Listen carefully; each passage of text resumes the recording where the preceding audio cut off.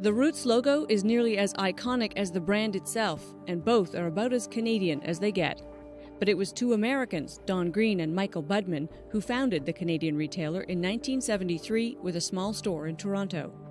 The company, long represented by Canada's national animal, has since expanded to more than 120 locations in Canada and the U.S. and more than 40 in Asia. Jim Gabel is president and CEO. He joined in February last year with more than 24 years' experience in the footwear and apparel industries. I think it really signals an evolution. You've got a brand that for 43 years has been iconic to Canadians. Many Canadians have grown up with the brand. And while we certainly haven't exhausted our growth or our potential in Canada, there's a lot of room still that we see as opportunity in Canada. I think it signifies a brand that is getting ready to really expand its wings and go into some other global markets and really spread what we think is a very compelling Canadian message. So let's talk about some of those plans. When we talk about expansion, where do you focus first? Lay it out sort of what the growth runway looks like. Sure. Well, it's expansion in Canada first. And we're very mindful of the state of readiness for our employees, the state of readiness for our infrastructure, that we don't get ahead of ourselves. So we've got a store base in Canada of 107 stores. So we will add 6 stores in 2016 in some of the best malls in Canada. In 2018, we'll add another 8 stores. And as we start talking with the major landlords, they are really excited by what Roots has to bring to their particular property. And we're fortunate because of our e-commerce business. We've invested heavily in that platform. Surprising to some that 42% of our e-commerce business is generated outside of Canada. And that's a high ratio for us, especially when considering that we don't do any marketing outside of Canada. And really it is by either Canadians that have been transplanted abroad or tourists that have found our brand and just fallen in love with them, as many do. So to have that ability to see where our business is across, from West Coast to East Coast of the United States and into many international markets, that really gives us a beacon for additional research of where we might consider the next level of expansion. Where is the international market that is the sort of the first stop? Is it the U.S. or is it the Asian market that's strongest for you? Well, as you're well aware, we've got over 100 stores in Taiwan, and we've got 24 stores through the same partnership in China. So it tells us that the message of Canada and certainly the message of Roots can play very well internationally. So we want to make sure that our partner in Taiwan has fully realized their potential, and so they're expanding stores in Taiwan. I was just over there a month ago, making sure we understood what their needs were. So we'll continue to expand in that marketplace. We think China is a huge opportunity for us, obviously. But again, we're very mindful of the pace by which our business can expand. So certainly I would see China as an area of opportunity for us. And then into the United States, we have 5 stores in the U.S. already. But those stores really are, if you think of 2 in L.A., 1 in Park City, 1 in Michigan, and 1 in New York, they really are in areas that have been important to the founders, but also culturally rich for entertainment in some of those markets. So I wouldn't look at those 5 stores as indicative of what our U.S. strategy is, but we will look at the U.S. marketplace and probably pick one of the regions where we see a really strong foothold. It's surprising because our relationship with the U.S. Olympic team and just the heritage effect of that, the brand recall factor is exceptionally strong in the U.S. There are many, as you know, a Canadian retailer who has foundered on the Yes. U.S. market. Even some of our very strongest have had a tough time, including Tim Hortons, et cetera. Do you have thoughts about why that is and how you can avoid the pitfalls?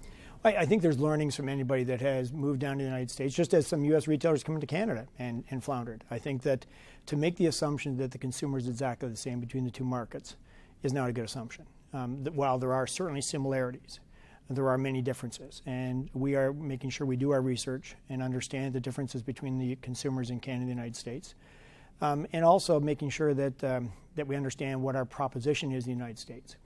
In Canada, we're fortunate because people have grown up with our brand for 43 years. So in many cases, we've been given a bit of a hall pass, the quirkier the better sometimes, where we have done some remarkable things to celebrate Canada in different parts of Canada and different events within Canada. Those may not play as well in the United States. So we've spent a lot of time really understanding our consumer and the values that are true to the brand, but also can be exported in a very genuine and authentic way to other markets. And I think that's really making sure that we've done our homework and understand the consumer so that we go into the marketplace, we understand who our competitive set is, and understand the white space for our brand. You mentioned the success of e-commerce, despite the fact that there hasn't been a huge marketing spend there.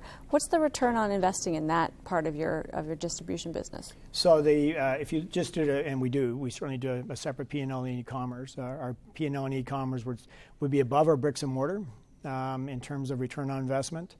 Certainly in terms of the amount of people and the amount of dollars that we're investing in that. That platform is getting a lot of attention from us in terms of capital and resources.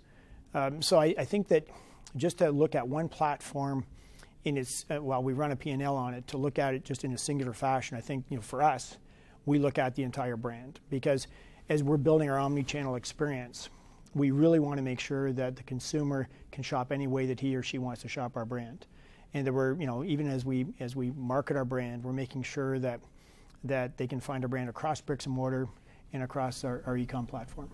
You have extensive background in different parts of the apparel industry.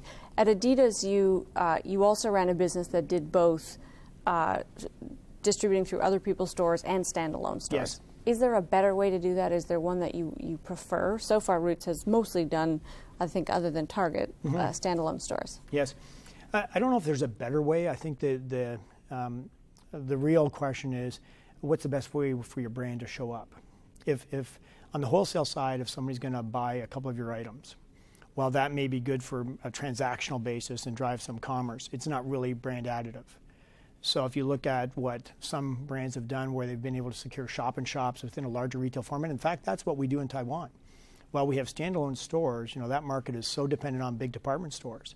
In a lot of cases, we have very meaningful and impressive shop-in-shops in that environment. So that model for us is a very good model, because it makes sure the consumer experience with our brand is at the level that we would expect it to be.